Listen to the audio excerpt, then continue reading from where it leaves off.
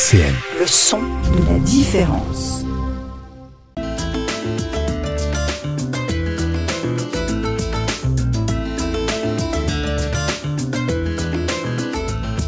Les masques tombent sur RCN. Bonjour à toutes et à tous, bienvenue dans Les Masques Tombent, votre émission qui parle de culture et de vie associative à Nancy et aux alentours. Et aujourd'hui, on reçoit Léo, Emma et Lucas pour le festival What's a Bar. RCN, les masques tombent. Bonjour à vous trois. Salut. Bonjour. Vous allez bien ? Bah oui, ça va va, super, merci de très nous accueillir. Et bah merci à vous d'être passés. Donc on va, comme je vous l'ai dit, discuter donc du festival What's a Bar, 14e édition, qui se tiendra du 22 au 23 août prochain. Absolument. On va revenir un peu sur toute l'organisation de ce festival dans les détails, on veut tout savoir. Donc déjà c'est la 14e édition, mais vous, comment vous êtes atterris chacun déjà, parce que vous n'êtes pas tous arrivés en même temps. C'est quoi votre histoire à vous avant d'arriver jusque-là ? Ouais, bien sûr. Bon, on va peut-être on va faire dans l'ordre chronologique. Moi, je suis arrivé en 2017 pendant ma première année d'études sup. C'était mon stage. J'ai fait des études en communication et marketing. C'était mon stage. Je suis natif de Bar-le-Duc. J'ai toujours aimé la musique. J'ai toujours aimé les festivals. Je suis toujours allé au What's a Bar depuis que j'ai 14 ans. Ok. Donc, je me suis dit, bon, je vais faire mon petit stage là-bas. Je suis jamais parti. Ouais. T'as fait le stage et J'ai fait le stage et je ne suis jamais parti.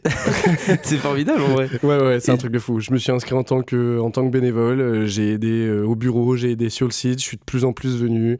J'ai intégré le conseil d'administration. J'ai fait un service civique là-bas. J'ai été vice-président pendant 4 ans et là, je suis président depuis le mois de décembre. Donc ça y est, maintenant t'es à la tête de tout ça. Et qu'est-ce que tu gères alors dans tout ce... dans tout et en fait tout. Ouais, c'est un peu ça, c'est un petit peu la gestion de tout. En fait, si tu veux, nous on a quand même le créateur du festival, Thierry, qui est notre programmateur, toujours actuel. Et en fait, je travaille en binôme complet avec Thierry, qui a le rôle en fait de directeur. Et on est deux à chapeauter un petit peu toutes les équipes parce qu'on a beaucoup de monde, on a beaucoup de bénévoles, beaucoup de membres de conseil d'administration, beaucoup de gens au bureau à gérer qui gèrent toute la partie administrative, communication, production de l'événement, gestion des bénévoles. Donc en fait, on supervise un petit peu tout ça et on travaille avec les équipes qui sont sur leur mission précise. Donc en fait, on a le rôle de chapeauteur. Ouais, on y reviendra juste après parce que justement tout ça c'est une association aussi à la base. Exactement. Donc on reviendra là-dessus. Mais juste avant, je me tourne par exemple. On fait dans l'ordre chronologique. Allez, encore. Alors, on va faire Lucas. On commence par Lucas et on finit par toi, Emma. Moi, je suis arrivé en 2017 aussi en tant que festivalier. D'accord. J'avais vu une affiche à Verdun. Alors, je sais pas, moi je suis de Lorraine de base et j'étais en balade à Verdun. Et puis je vois une affiche avec Alpha Blondy, avec Trust. Et je fais, c'est cool, on va y aller. Donc j'ai fait 17, 18, 19 en tant que festivalier. Parce que les affiches étaient très très cool. Et déçu de ne pas avoir eu ma dose en 2020 parce que c'était annulé à cause du Covid en 2020. Elle a été annulée du coup, l'édition. Ouais. 2020 a été annulée. 2021, j'y suis allé en tant que bénévole. Parce que je voulais faire plus et tout. Et tu faisais quoi du coup en tant que bénévole ? Je m'occupais du camping où je juste mettais des bracelets, je scannais. Ouais. Et là, j'ai découvert un monde en fait, simplement. Et c'était ma meilleure édition. J'étais voir tout ça de l'intérieur et tout. C'est trop bien, c'est ça que je veux faire. Et l'année d'après, du coup, en 2022, j'ai fait mon stage dans l'asso. J'avais besoin d'un stage pour ma licence. Et je fais j'avais rencontré l'orga et puis j'avais kiffé. Et c'était un peu ça que je voulais faire de ma vie, et c'est ça que je voulais faire de ma vie. Que tu fais maintenant, ouais. Et du coup, j'ai fait mon stage là-dedans, puis là, j'ai vraiment découvert l'associatif, l'événementiel à 100%, parce que, on en parlera tout à l'heure, mais on fait pas que le What's a Bar. Bien sûr. Et puis après, suite logique des choses, je suis rentré, j'étais adhérent de l'asso, je suis rentré dans le conseil d'administration, et puis maintenant, je suis vice-président depuis quelques mois maintenant. Voilà. Donc c'est vous deux maintenant qui chapeautez ensemble c'est ça. tout ce joli bijou. À toi maintenant, Emma ? Alors moi, c'est vraiment une nouvelle recrue. J'avais été bénévole photo en 2021, sur une seule soirée d'ailleurs. J'avais beaucoup aimé, j'avais vraiment aimé l'ambiance, le festival. Là, j'avais beaucoup aimé la prog aussi cette année-là. Et en fait, je suis partie pendant quelques années après, j'étais pas trop sur Nancy. Je suis rentrée à Nancy là, septembre dernier. Et en fait, je recherchais un job, un service civique, enfin peu importe, dans l'image d'une manière ou d'une autre. Donc, en fait, j'ai un pote qui qui est bénévole aussi au WhatsApp, qui m'a dit mais attends, demande à Léo, il cherche forcément des stagiaires, des services civiques, etc. Donc je l'ai contacté en janvier-février il me semble, début d'année. Et en fait on s'est mis d'accord et j'ai commencé mon service civique en com du coup il y a 2 mois, le 1er avril. Voilà. Et donc tes missions, ça consiste du coup, ça va être du graphisme, donc création d'affiches, création de visuels aussi pour les réseaux sociaux, donc ça va être du montage photo, du montage vidéo aussi, alimentation des réseaux sociaux aussi. Donc tout ce qui est annonce d'artistes par exemple, ou le programme, etc. Ouais, ça va en être, fait tout ce qui va être visible globalement sur les réseaux sociaux. Ok. Ouais. Super. Et justement, donc on va y venir, tout ça c'est... On va parler du WhatsApp évidemment, mais à la base, donc c'est l'association Biril. Biréal. Je l'ai dit Biril comme l'application. On existe avant. Vous existez avant. C'est eux qui vous ont plagié, il faut le dire. Donc Biréal. Tu peux dire les deux. En vrai, je sais plus, là, je suis perdu. Donc Biréal, dit les deux. Il n'y a pas de règle. Qui existe du coup donc depuis 2009. C'est ça. Comment elle s'est créée et puis qu'est-ce qu'elle fait d'autre du coup cette association? Alors du coup. Je vais essayer de parler correctement à la place de Thierry, qui est le créateur. Qui était là avant, mais. qui est le créateur, qui est toujours là. Ouais. Donc Thierry, en fait, en 2009, s'est installé sur Bar-le-Duc. C'est un ancien qui allait se perdre dans la Meuse et qui trouvait que le territoire manquait un petit peu d'attractivité au niveau culturel et avait pour ambition de créer un festival de musique. Donc en 2009, il a créé la structure Biréal, donc une association qui, en un peu moins de 2 ans de temps, a fait naître le premier festival WhatsApp Bar. Avec une belle programmation, avec en tête d'affiche Philippe Catherine pour la première édition. Pour la première édition. 2011. Franchement, ça va. Pour une première. Ouais, ça va. Il y a pire comme programmation. Ça va. Et en fait, donc l'asso s'est peu à peu grandi, étendu, et on fait énormément d'actions culturelles pour tout plein de publics tout au long de l'année. C'est globalement une dizaine, je dirais, d'événements, avec quand même en figure de proue le WhatsApp Bar, c'est ça qui nous prend le plus de temps. Ouais. Mais on fait beaucoup de concerts pour les seniors, on fait la galette des rois pour les seniors, on organise tout le défilé de la Saint-Nicolas de Bar-le-Duc par exemple, et plein d'événements un petit peu ponctuels, on s'inscrit de plus en plus. Pour les enfants aussi, art du rue, art du spectacle, avec des compagnies. Donc tout ça c'est des choses qui sont un peu tout le long de l'année en fait. C'est ça. Constamment. Et pour la grande majorité gratuite. D'accord. Quasiment chaque saison en fait. Galette des rois en janvier, après on a la fête du printemps, on a les estivales aussi, on fait de temps en temps concerts gratuits. Voilà, pour que ça touche tout le monde, peu importe le public, des gens de Bar-le-Duc bien évidemment, et des gens aux alentours. Parce que du coup ça c'est que à Bar-le-Duc, ou c'est aussi un peu partout dans la Meuse on intervient qu'à Bar-le-Duc. Vraiment on avait la volonté un petit peu de s'étendre à droite à gauche, un peu plus sur le secteur meusien au global, et on s'est dit que Bar-le-Duc avait quand même besoin d'une asso dynamique comme ça, et donc on est resté uniquement sur Bar-le-Duc, et on est encore que sur Bar-le-Duc. On prévoit, on a programmé pour cette année en plus des spectacles.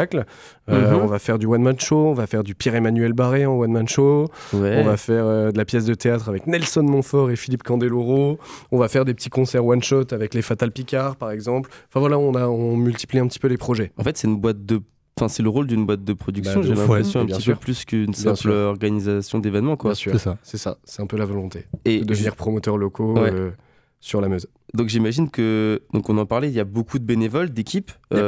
Sur le site, on voit 200 bénévoles. Ouais, c'est ça. C'est à peu près ça. C'est parti sur tous les événements, du coup, à chaque fois. 200 bénévoles, on reste quand même globalement sur que le Watts. Le WhatsApp Bar globalise entre 150 et 200 bénévoles. Le reste de nos événements, en fait, les adhérents qu'on a, nous, on a une cinquantaine d'adhérents. Ouais. Et sur le reste de nos événements, en fait, on est tout le temps une vingtaine, une dizaine, et c'est suffisant, tu vois. Mais le Watts, là, par contre, oui. On a vraiment une armada de bénévoles. C'est peut-être des événements un peu moins. C'est moins de logistique. Pas besoin trop, juste le bar à tenir, trucs comme ça. Ouais, ok. Et justement, pour tous, on va y revenir pour le festival. Il y a combien de personnes, donc 200 personnes mobilisées, et vous faites appel aussi à d'autres, d'autres associations locales pour justement mettre en place tout, que ce soit la scène, que ce soit le terrain sur lequel vous organisez tout ça, le camping, etc. Tout est organisé en interne. Quand on peut et quand on a l'occasion, on travaille avec des associations locales, mais on travaille majoritairement avec des prestataires pour tout ce qui est montage de scène, etc. C'est obligatoirement des entreprises professionnelles, mais on s'efforce et on a à cœur de travailler qu'avec du local au maximum meusien. Et sinon, ça va être du Meurthe-et-Moselle, Moselle, Grand Est. Grand Est. Je dirais même Lorraine en vrai. Oui, ouais. Je dirais même Lorraine. Notre prestataire scène, technique, son, lumière. On a 2 entreprises, une entreprise des Vosges et une entreprise de Bar-le-Duc. Donc voilà, on travaille majoritairement et exclusivement avec du local. On a juste les Niglou qui sont d'Alsace, qui viennent faire les toilettes. Oui, exact. Ouais. Exact. On a une entreprise alsacienne, c'est vrai. Non, association, attention. On travaille avec d'autres assos là-dessus. C'est que des assos. Enfin, il y a pas mal d'assos et d'autres petits particuliers. Ouais. C'est une association qui s'appelle les Niglou qui nous fait les toilettes, qui s'occupe des toilettes sèches oui, c'est du festival. Ouais. Sur le site et sur le camping. Et ouais, c'est une petite asso d'Alsaciens qui sont très très gentils. Et toutes ces assos, justement, vous les avez rencontrées comment? C'est des contacts de contacts? C'est des personnes qui étaient là au tout début du festival? Au fil du temps, des rencontres, le WhatsApp bar, machin et tout. Puis voilà, ça se lit. C'est de fil en aiguille. Ouais, je propose qu'on s'écoute déjà un premier morceau avant de passer à la suite de cette entrevue. Et c'est un morceau qui est quel jour dans la programmation, celui-ci? C'est le samedi, c'est THK. C'est THK avec Ohana, on s'écoute ça. RCN, les masques tombent. Vous êtes toujours dans les masques tombent et nous sommes toujours avec Léo, Emma et Lucas de What's a Bar, de l'association Be Real et pas Be Real comme l'application. Toujours pas, ils étaient là avant, on l'a dit. Et on va revenir un peu sur cette édition-ci. C'est la 14e. Déjà, ça pousse vite. Et je voulais déjà faire peut-être un rappel de la programmation qui est complète. Ouais, on a tout annoncé. Pour l'instant, c'est complet. Enfin, pour l'instant, c'est complet, tout simplement. Prenez vos places, par contre. Donc, il reste des places, on est d'accord. Oui. Tout ça est évidemment encore réservable. Donc, le vendredi, il y aura Aya, Bottoms Up, Crave Boca, les Ramoneurs de Menhir, Lofofora, Los Tres Puntos, les Petits-Fils de Janine, Rise of the North Star. Ce sera le samedi. Ouais, les Petits-Fils de Janine. Ce sera le samedi, ok. My bad. Et justement, pour samedi, il y aura André Carways, Dana Kill, EDS qui seront là, eux, sur les 2 jours pour sonoriser tout. Atom System. Generation, je sais pas si je le dis c'est ça. Generation, Talkilma, THK et What the Fox. C'est ça. Exactement. Voilà, une belle programmation. Une belle programmation, ouais. Très très belle. Comment vous avez constitué cette programmation? Comment ça se constitue la programmation d'un festival? Donc nous, j'ai encore parlé de lui, c'est Thierry qui s'occupe de la programmation chez nous. Il s'est toujours occupé de la programmation les 14 dernières éditions.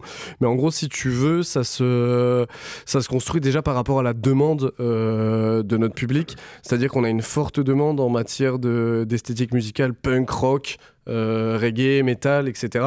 On s'est un petit peu ouvert d'ailleurs quelques années au rap, à l'électro, etc.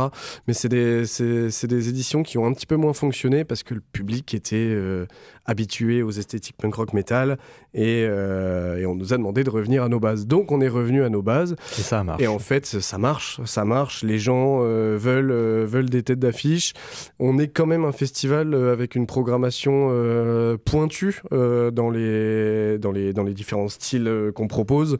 Je pense à Rise, je pense à Lofofora qui sont des 30 ans, groupes mythiques en vrai. Oui, la scène française, c'est des mastodontes qui sont toujours là. 30 ans, Rise, ils sont beaucoup plus jeunes, mais c'est un groupe qui joue en Amérique du Sud, qui joue au Japon, qui joue dans toute l'Europe. Ouais. Donc on a vraiment de très très belles têtes d'affiche cette année, et même pas que têtes d'affiche. Les autres groupes qu'on a cette année, vraiment, moi personnellement, c'est peut-être vendeur de dire ça, mais c'est ma propre préférée du Watts, tu vois. Okay. Vraiment, je trouve qu'elle est parfaite cette prog. En termes de reggae, on a Dana Kill qui sont les mastodontes, peut-être le groupe numéro 1, allez numéro 2 parce qu'il y a quand même Dubbing devant, mais Dana Kill c'est un groupe mastodonte du reggae français depuis des années et des années. On est trop content de les avoir à nouveau. Carrément. Ouais. C'est pas la première fois 2018, ils sont déjà venus. 2018. Ouais. Parce que justement, en fait, il y a plein de styles différents. C'est-à-dire qu'il y a du rock, du punk, du reggae, il y avait du rap aussi. Il y a eu, ouais. Il y a eu du rap qui a moins du coup cette année. Ouais, c'est ça. En fait, si tu veux, en 2021-2022, on s'est un petit peu ouvert aux esthétiques rap, pardon. On a eu du Benjamin Epps, on a eu du Catégorique qui avait fait Nouvelle École. On a eu Jossman. Il y a eu Dag Marron aussi. Ouais, exactement. Du Oxmo Puccino. Ouais, ça c'était sur la. Ouais, c'était 2020. Ah, c'était 2000. C'était la fameuse. La fameuse. Ouais, on est deg. J'aurais adoré faire Oxmo. Mais c'est des éditions qui ont un petit peu moins marché. Après, c'était la reprise d'après-Covid. Il y a un petit peu de ça. Ouais. Mais on s'était pris énormément de commentaires parce que les gens étaient habitués aux esthétiques punk rock reggae. Et on nous a demandé de revenir à nos bases. Et c'est vrai que quand on est revenu à nos bases, on a fait complet. Direct. Ah ouais. Ouais. Parce que du coup, à la base, c'était quoi la prog de manière générale? Ça a toujours été ça. En fait, c'était ça, toujours depuis rock, 2015, on a une rock prog punk, comme ça. Avant, ok. c'était très très reggae dub, le Watts. Et depuis 2015, il y a eu le truc vendredi switch. punk rock metal et le samedi reggae dub et un peu d'électro, mais voilà, plus reggae, tout ça. En fait, c'est surtout 2021, j'ai l'impression, où la prog a été vraiment très différente. Ouais. En plus, 2021, on a fait 3 jours en 2021. Ah oui, c'est vrai. Ouais. Et c'est là que ça a le moins marché d'ailleurs. C'est ça. Ouais. C'est ça. 2021, moi je vois Lazintri et Feu Chatterton aussi. Ouais. Feu Chatterton qui sont, à mon humble avis, très forts. Ils sont très cool en mais festival. Le public, il était pas forcément pas forcément répondu présent. Ils attendaient pas ça du WhatsApp. C'est ça aussi qu'il faut dire. On a Bar-le-Duc, quoi. Est-ce qu'il y a une différence justement de public entre un festival qui serait dans, je sais pas, une grosse ville ou un endroit peut-être un peu plus attractif? C'est différent. Même musicalement, tu vois. Il y a des styles que, tu vois, le rap et tout, ça n'a pas très bien marché. Même dans le punk, je pense, si on fait des groupes genre type post-punk, des trucs comme ça, qui marchent très bien dans les grosses villes, Nancy, Strasbourg, Paris. Watt, ça marchera pas, même si c'est une tête d'affiche, ça va pas parler aux gens, quoi. Okay. En fait, c'est quoi en dire, mais c'est presque mathématique. Bar-le-Duc, on a une zone de chalandise, donc de personnes qu'on peut toucher, qui est globalement de, je vais dire 30 à 40 000 personnes dans les Bar-le-Duc et villes aux alentours. Si on fait un événement similaire sur Nancy, la zone de chalandise, elle est de 500 000, 600 000. Ah ouais. Ouais. Le bassin nancéen touche 10 fois plus de monde que le bassin barisien. Nous, si tu veux, Bar-le-Duc, on est 11 000. On est à côté d'une ville de Saint-Dizier où ils sont entre 20 et 30 000. C'est beaucoup moins. Verdun, où ils sont 20 000. Donc à 60 km à la ronde, on touche 60 000 personnes. Ouais. Alors que si tu tapes Nancy et que tu tapes 60 km à la ronde, là, tu touches un demi-million de personnes. Ouais. Donc forcément, tu peux moins te permettre de faire des programmations ouvertes et pointues. Tu es obligé de ramener de la tête d'affiche qui va plaire au public. Et aux habitués, en fait, qui reviennent chaque année. C'est ça. On a énormément d'habitués qui reviennent. Chaque année, on lance des passes à l'aveugle, sans programmation. Et cette année, c'est la première fois qu'on les vend tous en une semaine. Ok, trop bien. On ne s'attendait pas à ça. En plus, on avait lancé la billetterie en retard par rapport aux autres années, tu vois. Et vraiment, on s'est dit, et les gens sont vraiment, c'est parti. Ouais. On pensait que c'était un bug, tu vois. C'était France Billet qui déconnait. Non, c'est vraiment tout est parti, quoi. Ok, et donc les gens, ils étaient quand même un peu ils étaient contents. C'était chaud, justement. Ouais, mais une fois que la première était sortie, on a eu énormément de bons commentaires. On a eu énormément de bons commentaires. Oh la vache, j'ai bien fait de prendre mon pass à l'aveugle, parce qu'il était évidemment beaucoup moins cher. Évidemment, il était à 30 balles. Les 2 jours, ouais. On l'a fait à 30 € les 2 jours, le pass à l'aveugle. Et 18 maintenant, le pass de jour coûte 50 €. 50 € le pass de jour, voilà, donc c'est encore un festival plutôt accessible. C'est quand je pense à des gros festivals où ça coûte quasiment 300 € le week-end. C'est le rendre accessible à tout le monde. C'est une volonté. On veut pas augmenter les prix du festival. On veut que ça reste. Encore une fois, c'est une zone rurale. Le but de l'assaut Biréal, c'est de rapprocher la culture des publics ruraux. Donc ça n'aurait aucun sens pour nous de faire des billets à 50 € la journée. Ouais. Justement, le fait que vous soyez un peu plus jeune et que par exemple vous ayez, enfin plus jeune, les autres sont peut-être un peu plus âgés, voilà. Est-ce que vous comptez peut-être amener une autre culture? Je pense par exemple au Jardin du Michel où on s'est vu, Léo, il y a quelques jours. La prog, elle est très éclectique, justement. Ça aide justement. Quand en fait dans l'assaut on a vraiment notre doyen qui a 71. Et en fait on a de 16 ans à 70 ans. Et du coup, on a des groupes et des styles qui vont parler à tout le monde dans l'assaut, tu vois. Et du coup, mais on va faire programmer machin, ça fait longtemps qu'il tourne, oui, ça marche encore. Le groupe là, je le connais pas parce que c'est un groupe jeune, on va demander aux jeunes de l'assaut si vous connaissez. Genre, tu vois, je sais pas, pour le vendredi à Krav Boka qui sont super récents, et le Fofora, voilà, c'est des vieux de la veille. Donc, c'est le fait d'avoir des gens de tout âge, de tout style aussi, parce qu'on a t'écoutes du rock, mais que t'écoutes du rock quand t'as 20 ans ou t'as 50 ans, c'est pas le même, tu vois. Du coup, on nous permet d'avoir vraiment une base de données énorme sur la programmation, quoi. On a une belle cohabitation entre les plus jeunes de l'assaut. Les plus jeunes inscrits chez nous doivent avoir 16-17 ans, et comme on a dit, notre doyen doit avoir 70 ans. Donc on a une belle cohabitation entre tout ce public un peu, enfin tous nos bénévoles un peu jeunes et nos bénévoles plus âgés. C'est enrichissant en fait, tout simplement. Parce qu'on a les expériences, des choses différentes. C'est ça. Et puis chacun rapporte ses expériences, chacun rapporte ce qui marche dans leur tranche d'âge. Et puis voilà, c'est super enrichissant. Et puis aussi dans le savoir-faire, parce que du coup, on a des carrément conseils. Vous avez l'expérience de ceux qui sont là depuis le début. Voilà, exactement. Et puis, nous, notre génération qui arrive et qui, non, on fait plus trop comme ça, mais par contre, ça, c'est pas bête comme idée, donc on va le faire. Vous, ça va en interne, ça se passe bien, il n'y a pas trop de... Ça se supporte pas, il y a la team, chacun dans son coin. Non, ça se passe super bien. Ça se passe vraiment trop bien. Oui, il y a vraiment une bonne entente entre tout le monde, et c'est une ambiance familiale de ouf. On l'a pas encore dit, mais ouais, l'asso elle fonctionne comme ça. On est donc il y a Emma qui est en service civique. On fonctionne avec des services civiques, des stagiaires, des alternants aussi. Donc c'est tout ce petit monde là qui tout au long de l'année fait que les événements existent en fait. Donc c'est ce que nous c'est du bénévolat en fait, mais on a des gens qui bossent tous les jours, qui sont là au bureau. Vous êtes en tant que bénévole du coup là-dedans. Ah oui, absolument. Pas payé. Absolument. Et ça va dans la vie, je veux dire. Non, mais c'est longtemps que j'ai pas dormi. Non mais c'est vrai qu'on se rend pas compte, mais souvent la plupart des gens qui organisent tout ça, en fait ils font ça dans leur temps libre. Ouais, absolument. Et ouais, comment vous arrivez à concilier? Est-ce que c'est une expérience que vous prenez ailleurs? Est-ce que vous êtes trop content d'utiliser 20 heures par semaine en plus de vos activités qui vous font manger et qui vous payent un toit? C'est plus de 20 heures en plus. Ouais, Léo, plus de 20 heures. J'ai dit 20 heures pour être gentil, mais j'imagine que Léo en tant que président... C'est de la passion. Un petit peu, de ouf en vrai. C'est cliché de dire ça, mais c'est que du kiff de ouf. Genre je dis pas que c'est une raison de vivre, mais pas loin, c'est trop bien, c'est que du kiff. En plus, moi, c'est vraiment pas éloigné de ma formation professionnelle, de mon métier. Je suis chargé de production pour des concerts, donc je suis vraiment dans ma veine.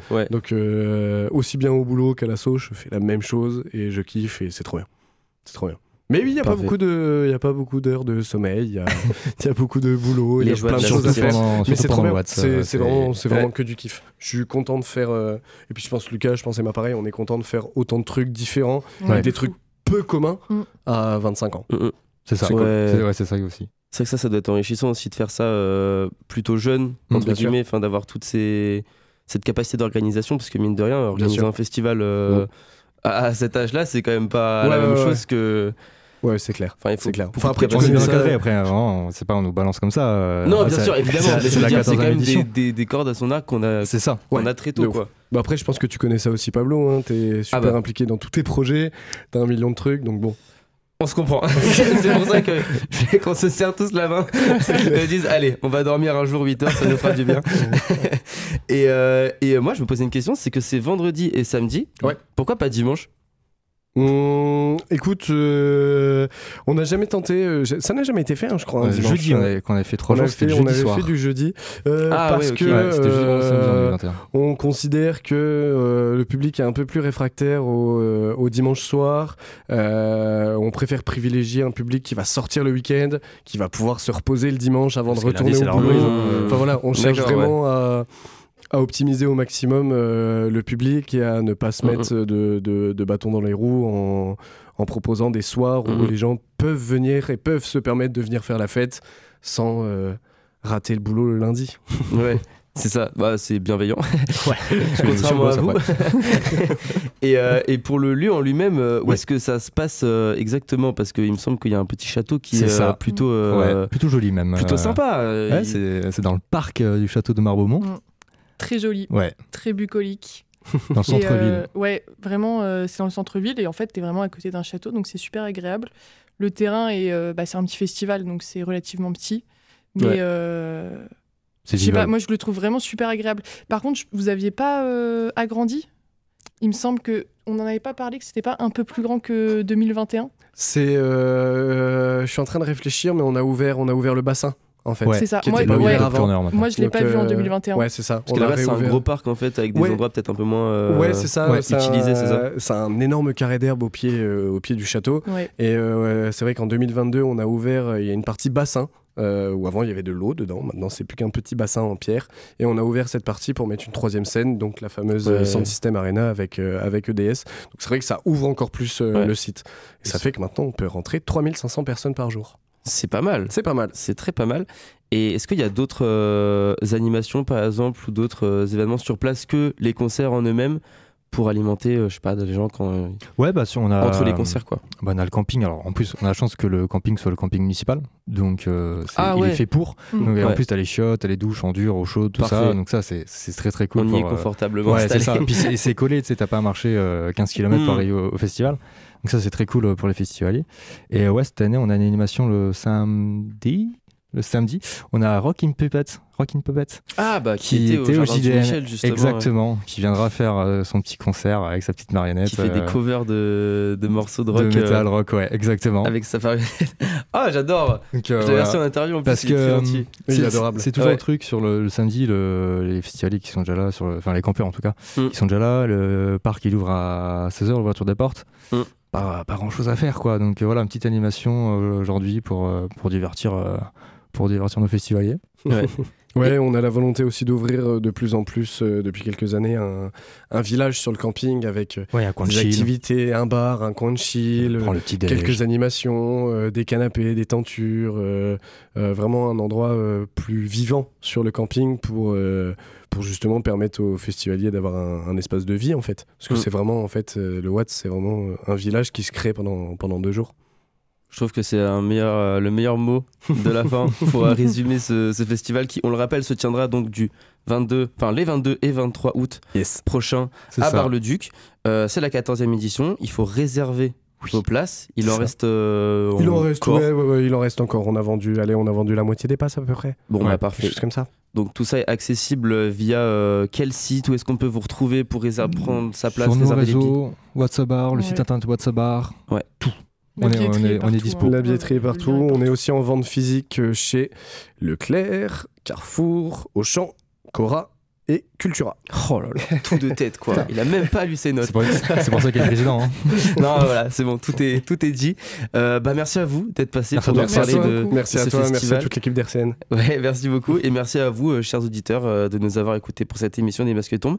Merci à Jean-Luc d'avoir enregistré cette émission. Merci Jean-Luc. Et on se retrouve une prochaine fois pour une nouvelle émission des Masques tombent. À bientôt. RCN, www.rcn-radio.org